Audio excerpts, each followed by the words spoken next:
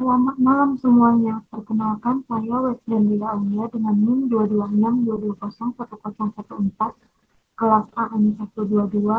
Pada hari ini akan menjelaskan mengenai UAS taktikal statistik. Nah, di sini saya mengambil judul yaitu analisis faktor-faktor yang memengaruhi profitabilitas yang ada pada perusahaan yang terdaftar di Bursa Efek Indonesia periode 2020 sampai 2024.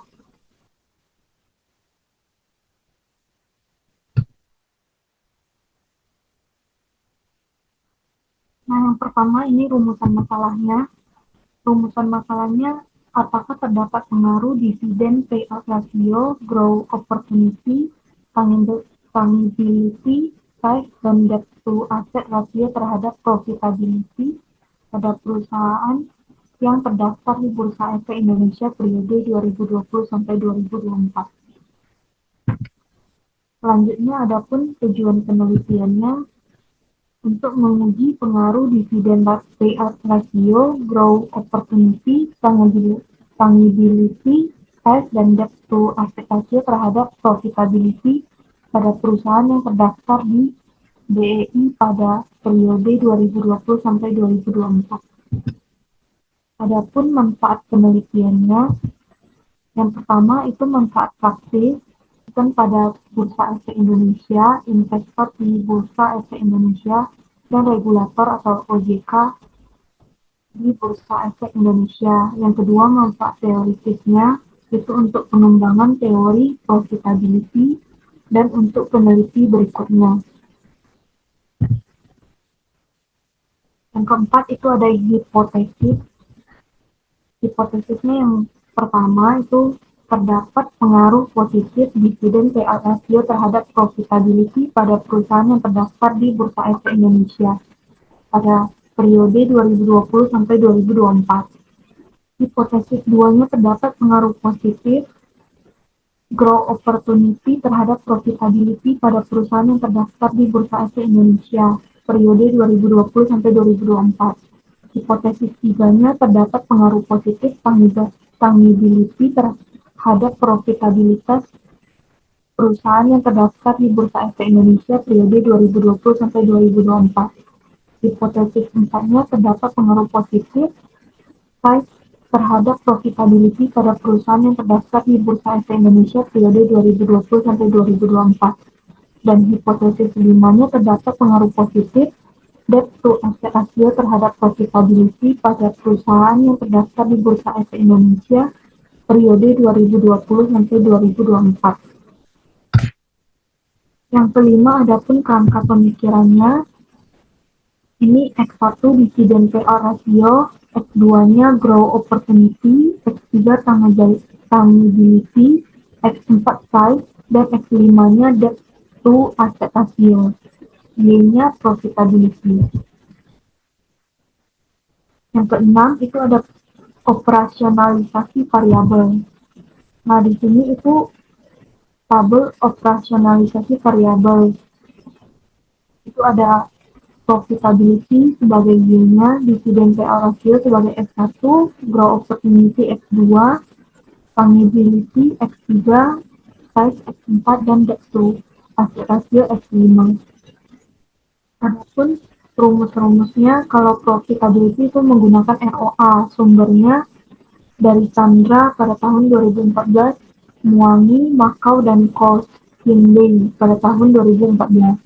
Skala pengukurannya rasio. Sedangkan X1-nya dividen payout ratio itu rumusnya menggunakan DPR dari sumbernya Chandra pada tahun 2014, skala pengukurannya rasio. Adapun X2-nya growth opportunity, rumusnya menggunakan GO sama dengan persentase change in total asset. Sumbernya Bukarna dan Hodgkinson pada tahun 2005, Chandra Junaidi, Wijaya Chandra pada tahun 2019. Skala pengukurannya menggunakan rasio tangibility sebagai X3 dengan rumus tangibility sama dengan total fixed asset total aset. Sumbernya dari Sven and Lang pada tahun 1988, Hosen dan Ali 2012, Margareta dan Ramadan 2010, Syah dan Khan pada tahun 2007. Kalau pengukurannya sama rasio. Empatnya size, rumusnya Ln atau self, sumbernya Fury and Saifuddin pada tahun 2012. Rajan dan Ginger pada tahun 1995. Skala pengukurannya rasio juga. X5-nya back to asset ratio menggunakan rumus DAR sama dengan earning after tax total asset. Sumbernya Crazy pada tahun 2013, Sandra 2009, Margaret dan Ramadan 2010, Muangi pada tahun 2014. Skala pengukurannya sama rasio. Adapun metodologi penelitiannya. Yang pertama, populasi itu ada 50 perusahaan di Bursa Efek Indonesia pada tahun 2020 sampai 2024. Sampel yang saya ambil itu 30 perusahaan, di mana di Bursa Efek Indonesia itu terdapat 104 perusahaan. Tetapi dikurangi 40 perusahaan yang tidak IPO, dikurangi lagi 34 perusahaan yang tidak melakukan penerbitan laporan keuangan pada periode 2020 sampai 2024. Jadi total sampelnya ada 30 perusahaan. Adapun teknik analisis data, saya menggunakan SPSS versi 21. Yang kedelapan ini data deskriptif variabel. Ini tabel data deskriptif variabel yang telah saya ringkas di tahun 2020, 2021, 2022, 2023, dan 2024. Adapun rasionya itu ada DAR, ROA, DPR, DO, Sustainability, dan size. Adapun ini juga ada data laporan keuangannya, ada total debt, fixed asset, total equity, revenue, dan net income pada tahun 2020, 2021, 2022, 2023, dan 2024. Nah, ini kita kasih aja datanya sampai ke bawah.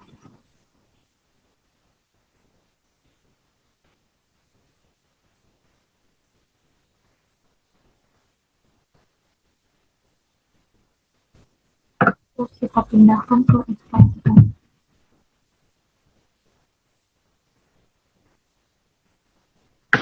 Data yang tadi kita pindahkan ke SPSS.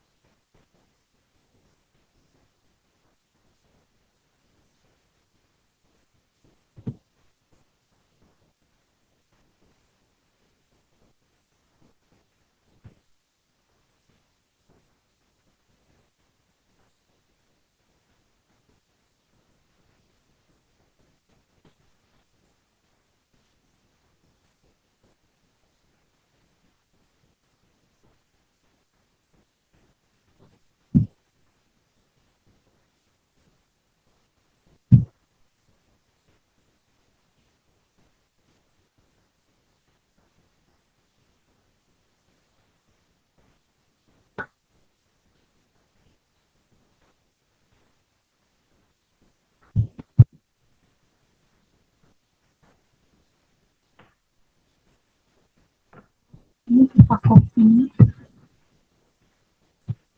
terus ini kita copy ke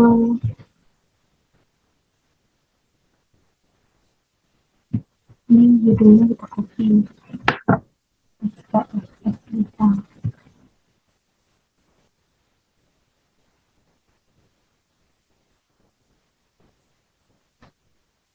Terus ini desimalnya kita ganti semua jadi 4.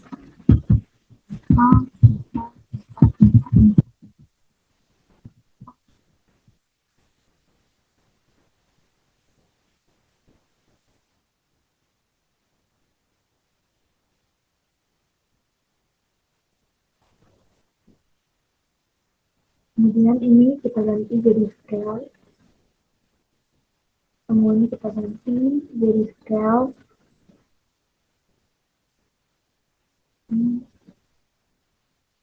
Oke.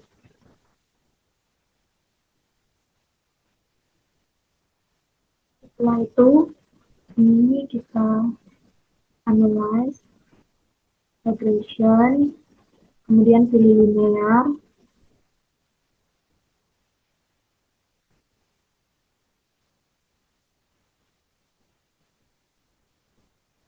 Selanjutnya ini ROA kita masukkan ke dependent.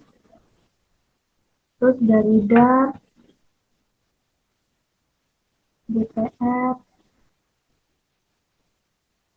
DO,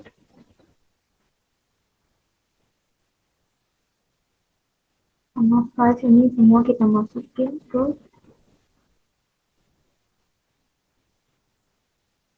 independent. Kita pindahkan ke test level, kemudian statistik, kemudian ini kita centang yang deskriptif, collinearity, turutin sama case. Continue.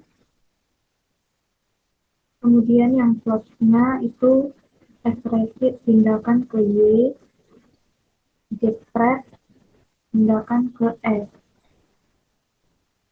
Kemudian histogram kita centang, normal probability plot ini kita centang, continue. Yang set itu dicentang unstandardized-nya.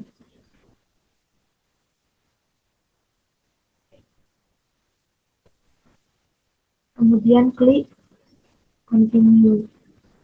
Oke.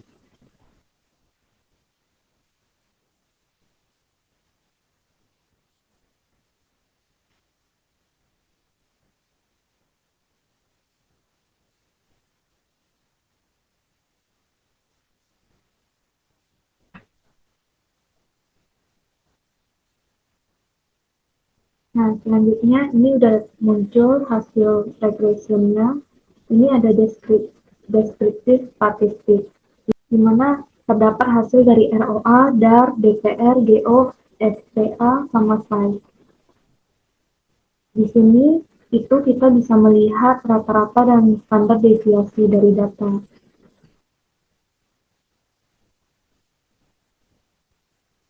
Kemudian ini di tabel correlation itu kita bisa lihat hasilnya dari ROA, DAR, DPR, GO, SATA, sama size-nya. Nah, selanjutnya itu ada model summary. Nah, selanjutnya ini di tabel model summary-nya itu R-square 0,271, di mana artinya berarti 27% itu berpengaruh terhadap ROA-nya. Selanjutnya ini adjust S-square-nya itu 0,245, itu artinya sebesar 24% ya. Kemudian ini Durbin Watson-nya itu 1,94. Selanjutnya di tabel ANOVA itu F-nya bisa kita lihat itu sebesar 10,715951. Ini ANOVA, di tabel ANOVA bisa kita tengok F-nya itu 10,715, di mana ini merupakan F hitungnya. Bisa kita tengok dari tabel ANOVA-nya. Selanjutnya ini ada tabel koefisien, yang dimana ini ada DAR, DPR, GO, FATA, sama size. Dimana ini nanti unstandardized coefficient yang B ini, nilai-nilai yang tercantum di tabel inilah yang kita masukkan ke uji hipotesisnya di kerangka pemikiran kita. Dimana DAR-nya min 0,001463, DPR-nya 0,008131, DO-nya min 0,007218, FATA-nya 0,050724, sama size-nya itu 0,031803. Ini tuh DAR-nya min, DO-nya min. Kemudian untuk statistiknya ini, itu biasanya kalau di bawah 10 artinya datanya bagus. Berarti ini semua di bawah 10, kita bisa tengok. Tapi datanya udah bagus. Selanjutnya bisa kita lihat dari histogram dependent variabel ROA-nya. Ini bentuknya seperti lonceng ya. Kalau berarti bentuknya seperti lonceng itu artinya normal. Nah, kalau ini selanjutnya dependent variabel ROA-nya kita tengok dari diagramnya, kalau dia mengikuti garis artinya berarti data terdistribusi dengan normal. Tetapi ini titik-titiknya kita tengok agak sedikit menjauh ya dari garis, jadi ini aslinya data tidak terdistribusi dengan normal.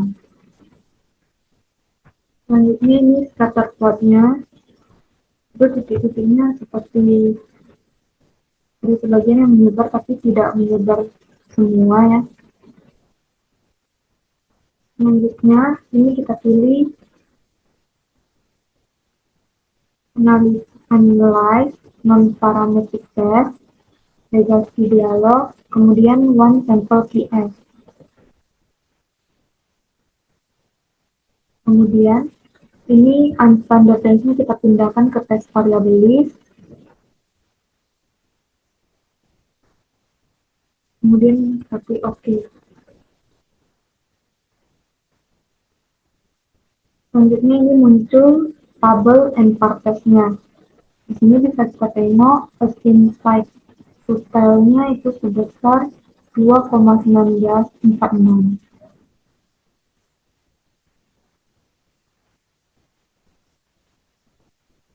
Selanjutnya kita analyze lagi non-parametric test, legacy dialog, pilih yang run. Kemudian unstandardized-nya kita pindahkan ke tes variable list, kemudiannya kita ganti ke main. Oke. Tes run test-nya yang kita tengok itu yang step-nya sebesar min 0,512176, sedangkan sim size totalnya itu sebesar 0,608528. Selanjutnya kita pilih transform compute variable, ini kita ketik ABS,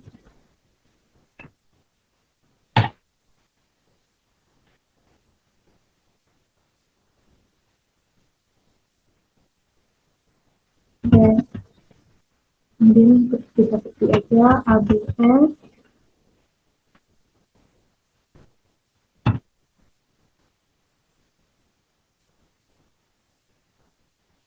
kita pindahkan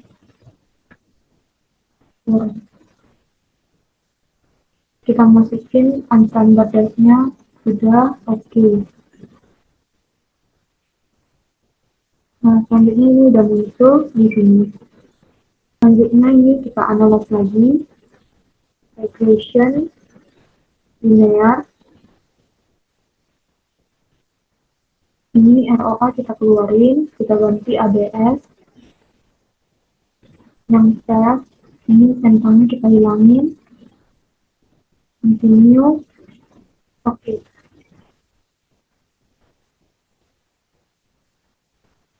Di sini ini tabel koefisiennya, signifikannya kita tengok ini semua di atas 0,05 ya, jadi bagus, udah bagus ya.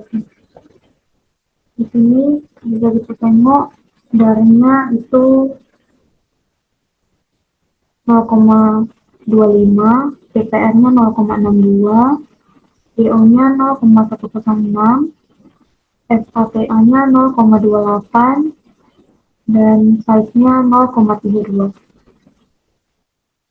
Selanjutnya, kita akan mengolah data menggunakan Smart PLS. Nah, di sini kita tarik dulu datanya.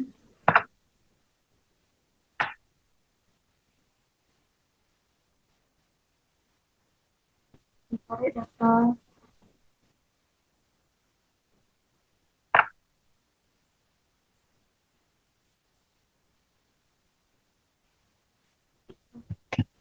Kita copy.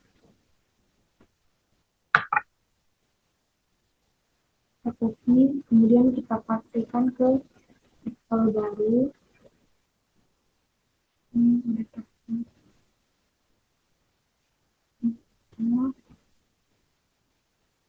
Pastikan.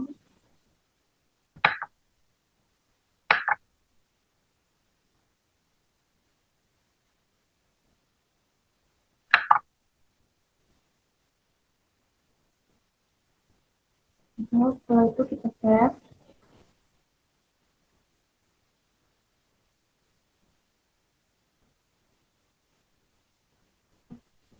Deskripsi.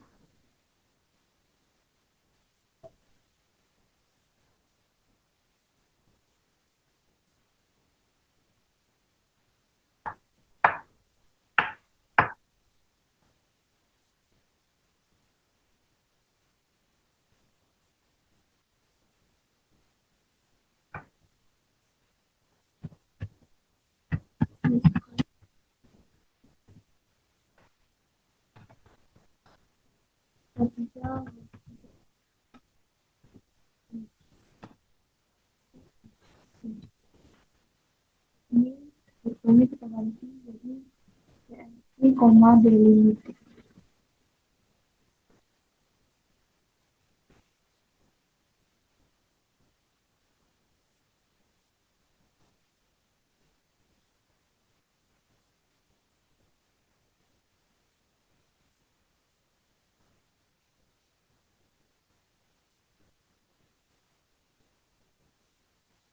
Kemudian kita save.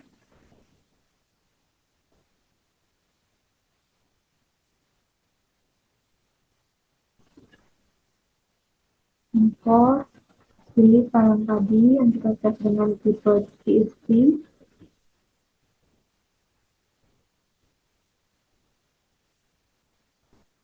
Proses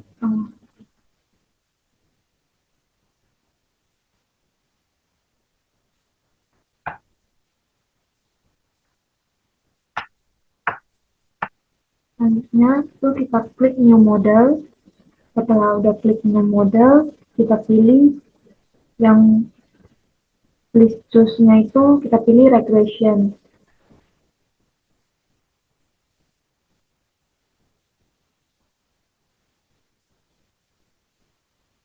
Selanjutnya ini kan ada pilihan ROA. Nah, ROA-nya kita klik. Nah, jadi udah muncul tanda panahnya, intercept tanda panah ROA. Terus sisanya itu kita klik. Nah, udah muncul nih. Ini ada calculate, kita pilih regression analysis.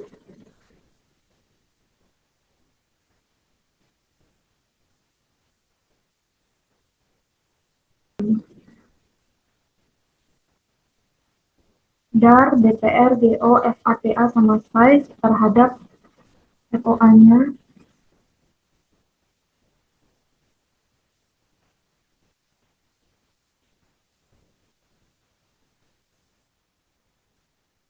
Oke, nah, tadi ternyata layarnya agak error, nggak ter-record. Nah, jadi saya record ulang. Setelah itu kita lanjut. Ini kan udah ada DAR, DPR, GO, FATA, size terhadap FOA-nya. Nah, di sini kan ada muncul nih angka-angka. Ini angka 0,121 itu DAR terhadap ROA-nya.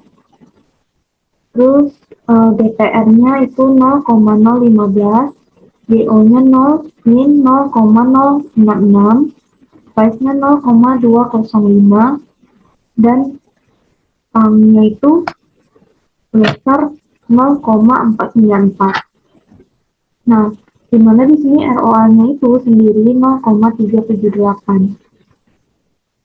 Itu hasilnya. Setelah itu, selanjutnya ini ada summary coefficient. Ini untuk menguji hipotesis. Ini ada tang, ada dar, ada DPR-nya, ada ATA sama size. Nah, di sini kita nampak itu untuk tangnya itu sebesar 0,216, GO-nya sebesar min 0,005. Nah, yang di sini min itu yang GO-nya sama ini yang GO-nya ya, yang min. Terus, nah, jadi di sini kita nampak angka-angka yang mana yang signifikan dan yang mana yang tidak signifikan. Dimana kalau angka yang signifikan itu dia harus di atas 0,05. Selanjutnya ini ada summary ANOVA, di mana kita bisa tengok total error dan deviation-nya. Di sini F-nya, S hitungnya bisa nampak. Oke. Nah, di sini nampak F-nya itu 17,502. Nah, di mana itu berarti datanya bagus. Nah, untuk uji ini kolinearitas statistiknya itu kalau angkanya di bawah 10 berarti bagus. Itu berarti lulus uji kolinearitas. Di sini nampak angkanya semua berarti lulus ya. Nah, jadi biasa yang ini hasil data uji SMART PLS sama SPLS itu biasanya sama karena datanya sama juga. Sekian, terima kasih.